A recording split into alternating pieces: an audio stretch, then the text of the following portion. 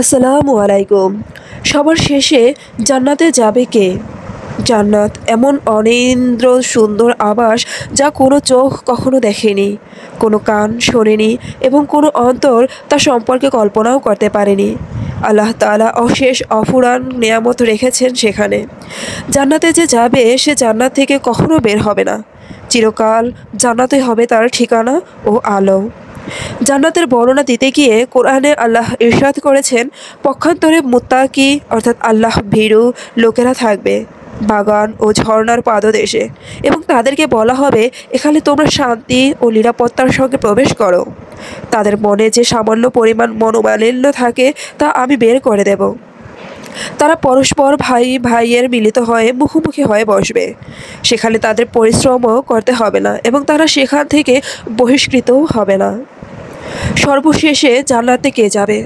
কিছু লোক তাদের পাপের শাস্তি হিসেবে জাহান্নামে যাবে। তারা সরাসরি জান্নাতে প্রবেশ করবে না, বরং জাহান্নাম হয়ে জান্নাতে যাবে। তাদের মধ্য থেকে সর্বশেষ যে ব্যক্তি চিরসুখের আধার জান্নাতে প্রবেশ করবে তার সম্পর্কে হাদিসে কুদসিতে বলা রয়েছে। আব্দুল্লাহ ইবনে মাসউদ রাদিয়াল্লাহু তাআলা আনহু থেকে বর্ণিত হাদিসে আল্লাহর রাসূল সাল্লাল্লাহু আলাইহি ওয়াসাল্লাম বলেছেন, আমি অবশ্যই চিনি জাহান্নাম থেকে মুক্তি লাভকারী সর্বশেষ জাহান্নামী ও জান্নাতে প্রবেশকারী সর্বশেষ জান্নাতীকে। জৈনিক ব্যক্তি হামাগুড়ি দিয়ে জাহান্নাম থেকে বের হবে।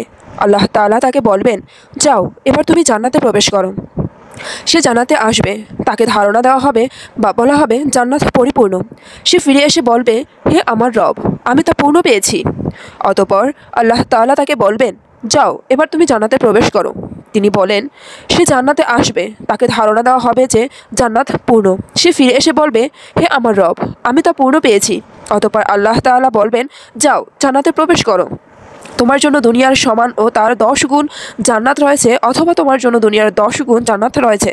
তিনি বলেন, সে বলবে, হে আমার রব, আপনি আমার সঙ্গে মশকরা করছেন, অথবা আমাকে নিয়ে হাসছেন, অথচ আপনি রাজাধিরাজ। বর্ণনাকারী বলেন, আমি রাসূল সাল্লাল্লাহু আলাইহি ওয়াসাল্লামকে তখন হাসতে দেখেছি, তার মাড়ির দাঁত পর্যন্ত বের হয়েছিল। তিনি বলেন, তখন বলা হতো, এ হচ্ছে মর্যাদার বিবেচনায় সবচেয়ে নিম্ন জান্নাত। ইবন মাসউদ রাদিয়াল্লাহু তাআলা আনহু থেকে বর্ণিত আরেকটি হাদিসে রয়েছে, রাসূলুল্লাহ সাল্লাল্লাহু আলাইহি ওয়াসাল্লাম বলেছেন, সর্বশেষ জান্নাতে প্রবেশ করবে এমন ব্যক্তি যে একবার চলবে, একবার হোঁচট খাবে, একবার আগুন তাকে ঝলসে দেবে, যখন সে তা অতিক্রম করবে তার দিকে ফিরে তাকাবে, অতঃপর বলবে, বরকতময় সেই সত্তা যিনি আমাকে তোমার থেকে নাজাত দিয়েছেন। নিশ্চয়ই আল্লাহ আমাকে এমন বস্তু দান করেছেন যা পূর্বাপর কাউকে দান করেননি। অতঃপর তার জন্য একটি গাছ প্রকাশ করা হবে। সে বলবে, হে আমার রব, আমাকে এই গাছের নিকটবর্তী করুন, যেন তার ছায়া গ্রহণ করতে পারি ও তার পানি পান করতে পারি। আল্লাহ তাআলা বলবেন, হে আদম সন্তান, যদি আমি তোমাকে এটা দান করি, হয়তো আবারও অন্য কিছু তলব করবে। সে বলবে, না হে আমার রব। এ সময় সে ওয়াদা দেবে যে সে এছাড়া কিছুই তলব করবে না। তখন আল্লাহ তাকে ছাড় দেবেন, কারণ সে এমন কিছু দেখবে যার উপর তার ধৈর্য ধারণ করা সম্ভব হবে না। তাকে তার নিকটবর্তী করলেন, ফলে সে তার ছায়া গ্রহণ করবে এবং তার পানি পান করবে। অতঃপর তার জন্য অপর গাছ প্রকাশ করা হবে, যা পূর্বের তুলনায় অধিক সুন্দর। সে বলবে, হে আমার রব, আমাকে এর নিকটবর্তী করুন, যেন তার পানি পান করতে পারি ও তার ছায়া গ্রহণ করতে পারি। এছাড়া কিছু চাইব না। তিনি বলবেন, হে আদম সন্তান, তুমি কি আমাকে ওয়াদা দাওনি অন্য কিছু চাইবে না? সে বলবে, আমি যদি তোমাকে এর নিকটবর্তী করি, হয়তো আবারও অন্য কিছু চাইবে। ফলে সে তাকে ওয়াদা দেবে যে অন্য কিছু চাইবে না। তার রব তাকে ছাড় দেবেন, কারণ সে এমন কিছু দেখবে যার উপর তার ধৈর্য নেই। অতঃপর তাকে তার নিকটবর্তী করবেন, সে তার ছায়া গ্রহণ করবে এবং তার পানি পান করবে। অতঃপর তার সামনে প্রকাশ করা হবে আরও একটি জান্নাতের দরজার মুখে, যা পূর্বের 2টি গাছ থেকে অধিক সুন্দর। সে বলবে, হে আমার রব, আমাকে এই গাছের নিকটবর্তী করুন, আমি তার ছায়া গ্রহণ করব এবং তার পানি পান করব। এছাড়া কিছু চাইব না। তিনি বললেন, হে আদম সন্তান, তুমি কি আমাকে ওয়াদা দেওনি অন্য কিছু চাইবে না? তাহলে কেন এখন চাইছো? সে বলবে, অবশ্যই হে আমার রব, এটাই চাই, আর কিছু চাইব না। তার রব তাকে ছাড় দেবেন, কারণ সে দেখবে তার উপর তার ধৈর্য নেই। অতঃপর তিনি তাকে তার নিকটবর্তী করবেন। যখন তার নিকটবর্তী করা হবে, সে জান্নাতীদের আওয়াজ শুনবে। সে বলবে, হে আমার রব, আমাকে তাতে প্রবেশ করান। তিনি বলবেন, হে বনি আদম, কিসে তোমার থেকে আমাকে নিষ্কৃতি দেবে? তুমি কি সন্তুষ্ট যে আমি তোমাকে দুনিয়া ও তার সাথে তার সমান দান করি? সে বলবে, হে আমার রব, আপনি কি আমার সাথে ঠাট্টা করছেন? অথচ আপনি উভয় জাহানের রব। ইবন মাসউদ হেসে দিয়ে বললেন, তোমরা আমাকে কেন জিজ্ঞাসা করছো না আমি কেন হাসছি? তারা বলল, কেন হাসছেন? তিনি বললেন, রাসূলুল্লাহ সাল্লাল্লাহু আলাইহি ওয়াসাল্লাম এরূপ হেসেছেন। তখন তারা সাহাবীরা বলল, হে আল্লাহর রাসূল, কেন হাসছেন? তিনি বললেন, আল্লাহর হাসি থেকে যখন সে বলল, আপনি আমার সাথে ঠাট্টা করছেন অথচ আপনি উভয় জাহানের রব। তিনি বললেন, আমি তোমার সঙ্গে ঠাট্টা করছি না, তবে আমি যা চাই করতে পারি। মুসলিম হাদিস, হাদিসে কুদসি। সর্বশেষ জান্নাতি, যে ব্যক্তি সর্বশেষ জান্নাতে যাবে। আবু হুরায়রা রাদিয়াল্লাহু তাআলা আনহু থেকে বর্ণিত হাদিসে লোকেরা বলল, হে আল্লাহর রাসূল, কিয়ামতের দিন আমরা কি আমাদের রবকে দেখব? রাসূলুল্লাহ সাল্লাল্লাহু আলাইহি ওয়াসাল্লাম বলেন, 14 তারিখের রাতে চাঁদ দেখায় তোমরা কি সন্দেহ বা মতবিরোধ করো? তারা বলল, না হে আল্লাহর রাসূল। তিনি বললেন, তোমরা আল্লাহকে যেভাবে স্পষ্ট দেখবে, কিয়ামতের দিন আল্লাহ সকল মানুষকে জমা করে বলবেন, যে যে বস্তুর ইবাদত করত সে যেন সেটার পিছু নেয়। ফলে যে সূর্যের ইবাদত করত সে সূর্যের অনুগামী হবে, যে চাঁদের ইবাদত করত সে চাঁদের অনুগামী হবে, যে আগুনের ইবাদত করত সে আগুনের অনুগামী হবে। শুধু এ উম্মত অবশিষ্ট থাকবে, তাতে থাকবে তার সুপারিশকারীগণ অথবা তার মুনাফিকরা। বর্ণনাকারী ইব্রাহিম সন্দেহ পোষণ করেছেন। অতঃপর তাদের নিকট আল্লাহ এসে বলবেন, আমি তোমাদের রব। তারা বলবে, আমরা এখানে অবস্থান করছি যতক্ষণ না আমাদের রব আমাদের নিকট আসেন। যখন আমাদের রব আসবেন আমরা তাকে চিনব।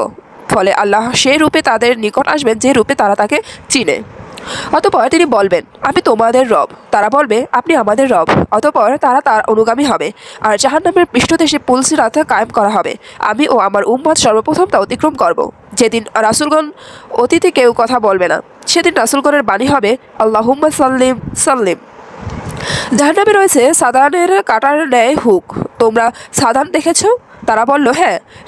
হে আল্লাহর রাসূল, তিনি বললেন, তা পুলসিরাত সাদানের কাঁটার ন্যায়, তবে তার বিশালত্বের পরিমাণ আল্লাহ ব্যতীত কেউ জানে না।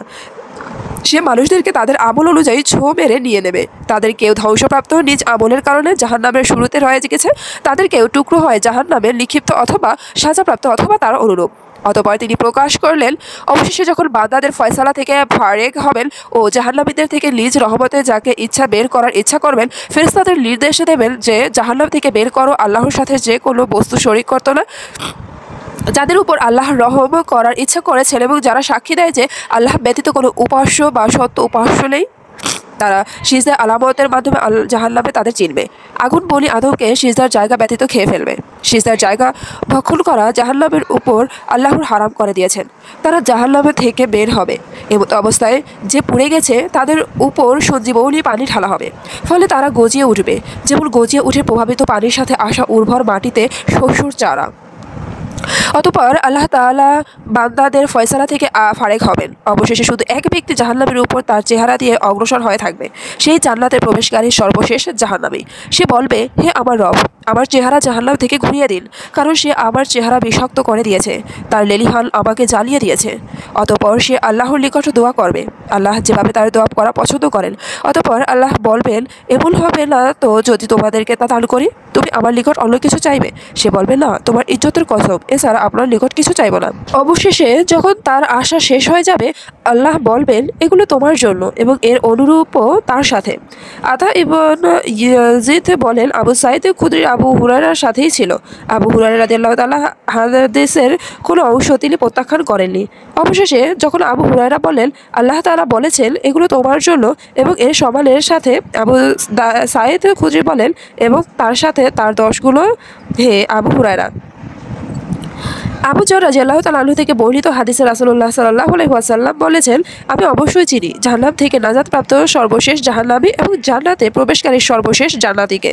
এক ব্যক্তিকে নিয়ে আসা হবে, অতঃপর আল্লাহ বলবেন, তার ছোট পাপ সম্পর্কে জিজ্ঞাসা করো, বড় পাপগুলো গোপন রাখো। অতঃপর তাকে বলা হবে, তুমি অমুক অমুক পাপ অমুক অমুক দিন করেছো, অমুক অমুক পাপ অমুক অমুক দিন করেছো। তিনি বললেন, অতঃপর তাকে বলা হবে, তোমার জন্য প্রত্যেক পাপের পরিবর্তে একটি করে নেকি। তিনি বলেন, অতঃপর সে বলবে, হে আমার রব, আমি অনেক কিছু করেছি, এখানে তা দেখছি না। তিনি বলেন, আমি রাসূল সাল্লাল্লাহু আলাইহি ওয়াসাল্লামকে দেখেছি হাসতে, এমনি তার মানে দাঁত পর্যন্ত বের হয়েছিল।